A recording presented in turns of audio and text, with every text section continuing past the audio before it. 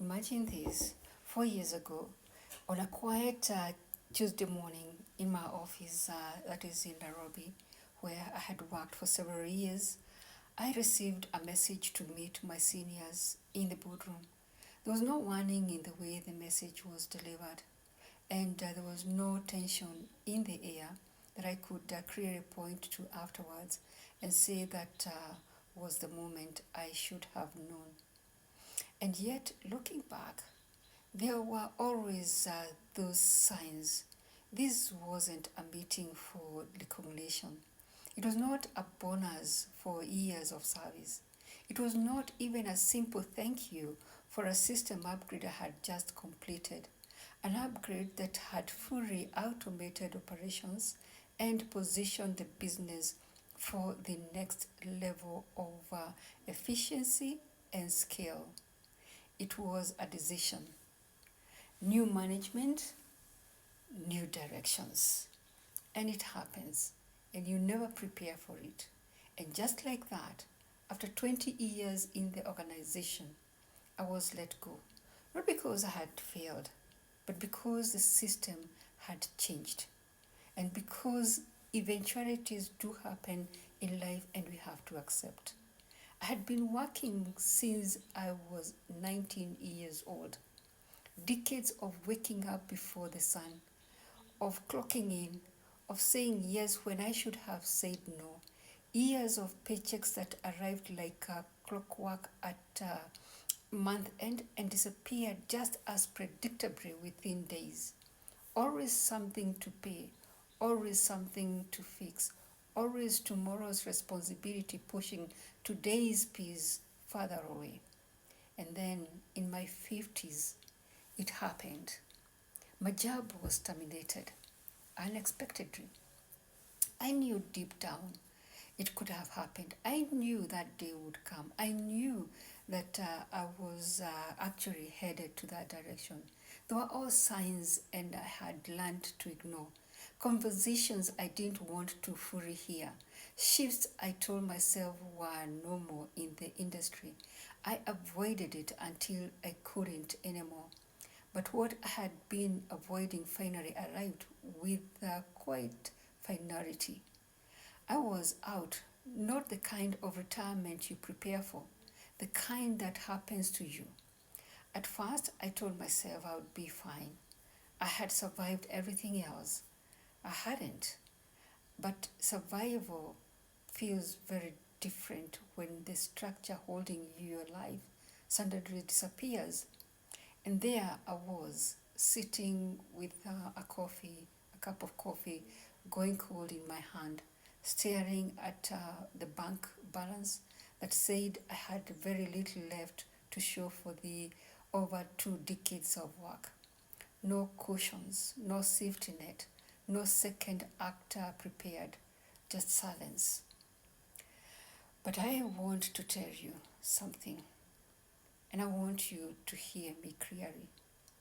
What saved me that morning was not a lottery ticket. It was not a long lost relative.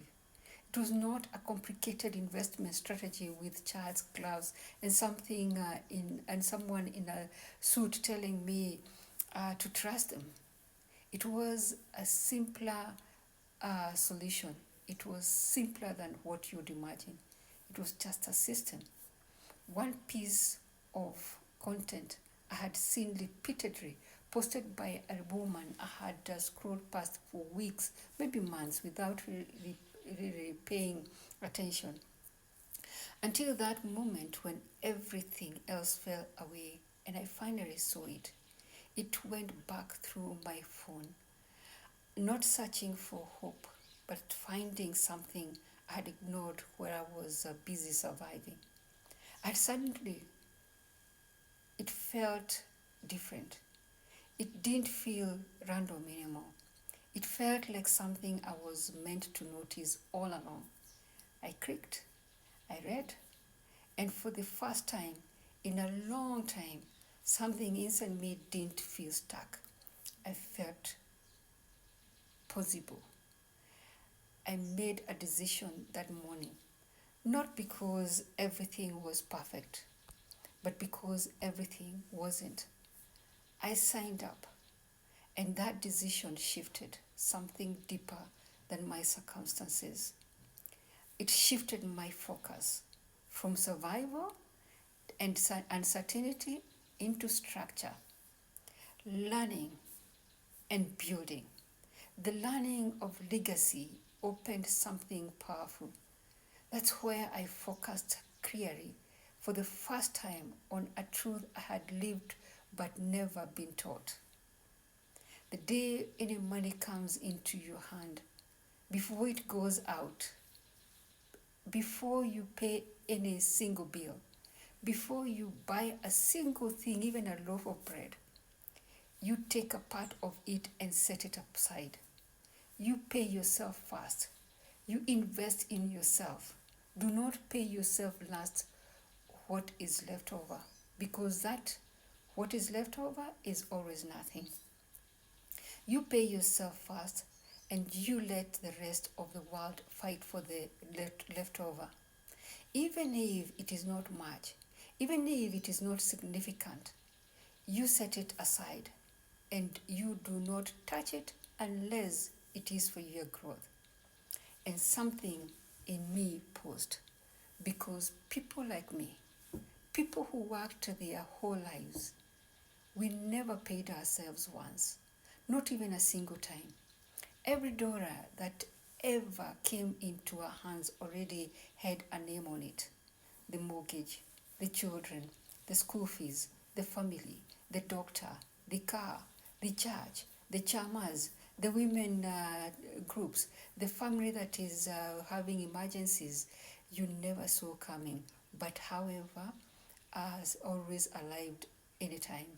Anyway, the world has a list, and we are always at the bottom of that list actually. Most of the time, our name isn't even there. It is not even at the bottom. It was crossed out entirely because the emergencies, everything looks like an emergency. Pay yourself first, like something I should have been taught decades ago, but finally was. And from that moment, I stopped seeing income the same way I used to see it.